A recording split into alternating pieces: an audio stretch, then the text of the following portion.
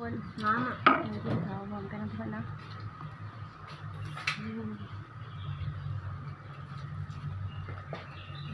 ดีพูดกันจ้ะ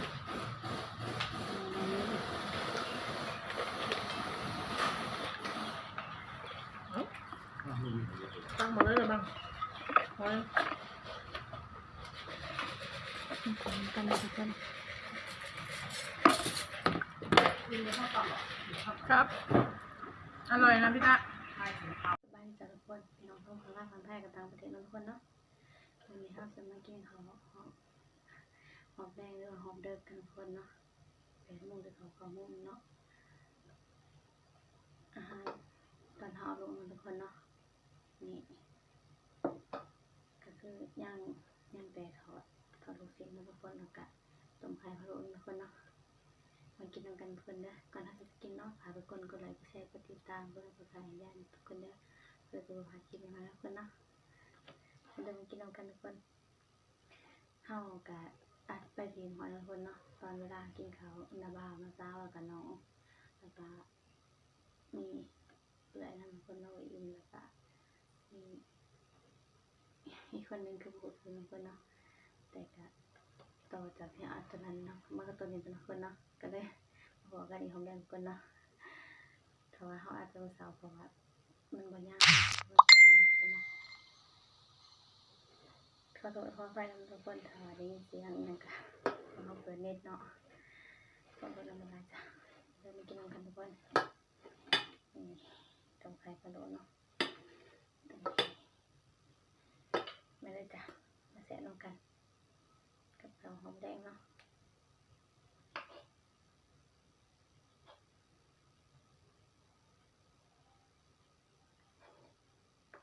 น้ำจิ้มมันห้าวๆไปเลยทุกคนจะเลิศอามันแบบนี้เลยเนาะบ่ได้ทำนะเนาะมันจะมาเอาไว้ใส่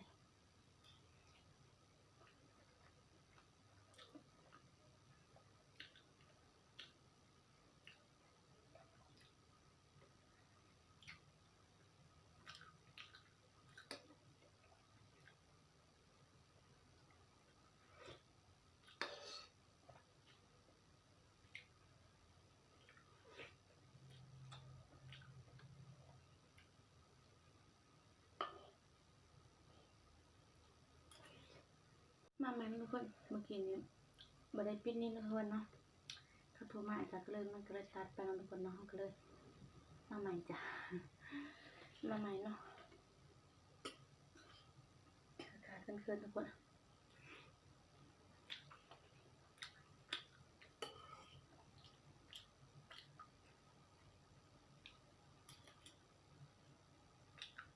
ว้า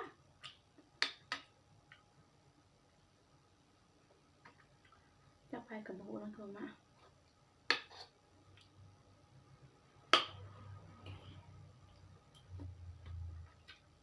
ตลอดการ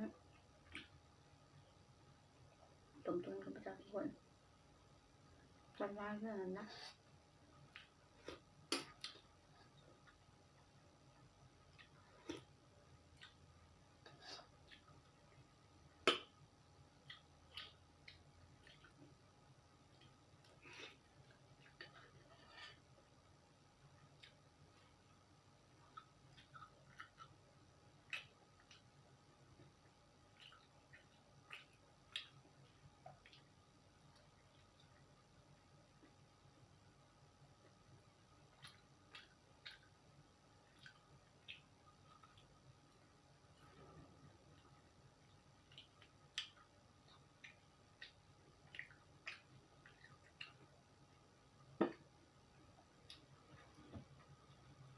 หากันทุกคน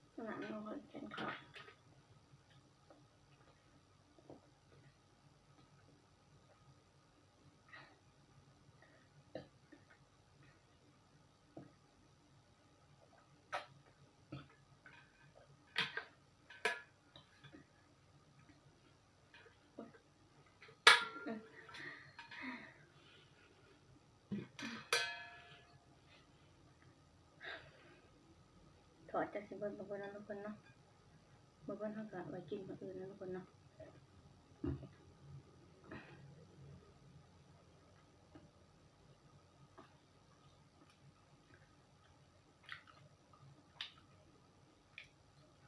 เพราะว่า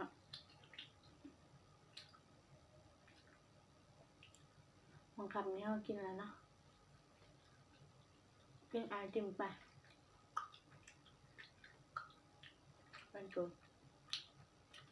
มันเกิดพิการนะทุกคนคนรู้แล้วว่าก็รู้จักมันคนเนาะบอกไปเลยคำนั้นแหละ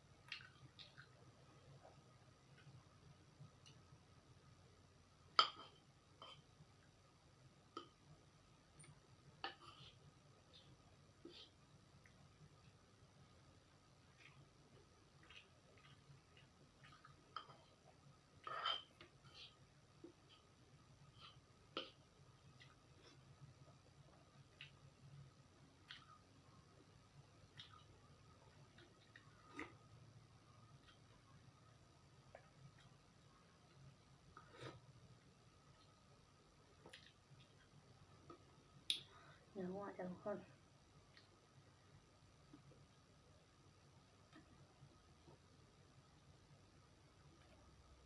เมื่อไหร่นะทุกคนนะ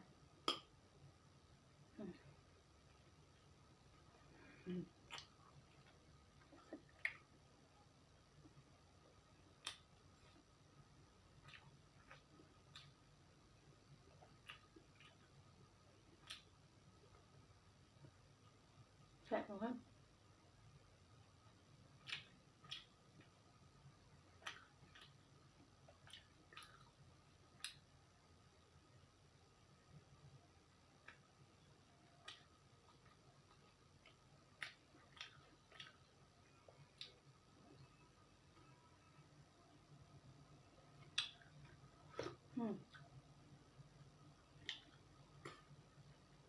มันนี่ก็ไม่ยังได้อย่างหนึ่งมือเบิดทุกคนเนาะ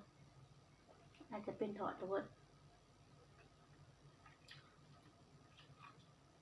ดเรากินมือเนาะ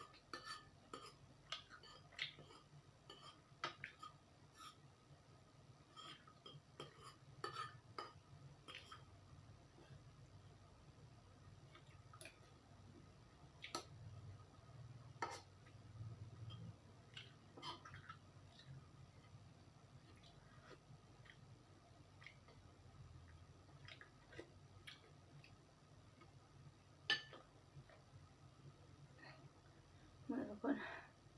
ใส่สูตรมาเลยทุกคนมาเลยเขากินเขาเอามือกูกับขาวทุกคนอันนี้ขึ้นมาทางขาเขาเอามือซักแล้วอ่ะ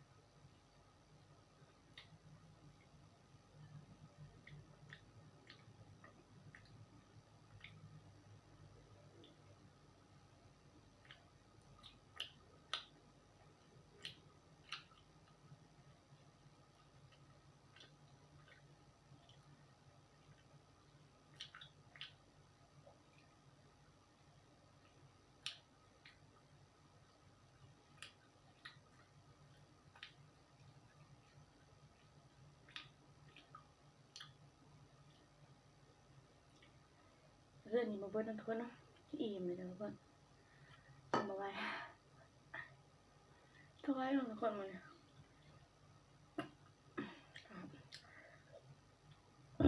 ครับสบายดีพี่น้องทุกคนนะทุกคนนะก็ไลค์ก็ใจก็ตามย่านด้วยจ้ะบาดเจ็บทุกคนนะมาเหมือนกันเหมือนกันอย่างนี้ทุกคนนะบ๊ายบาย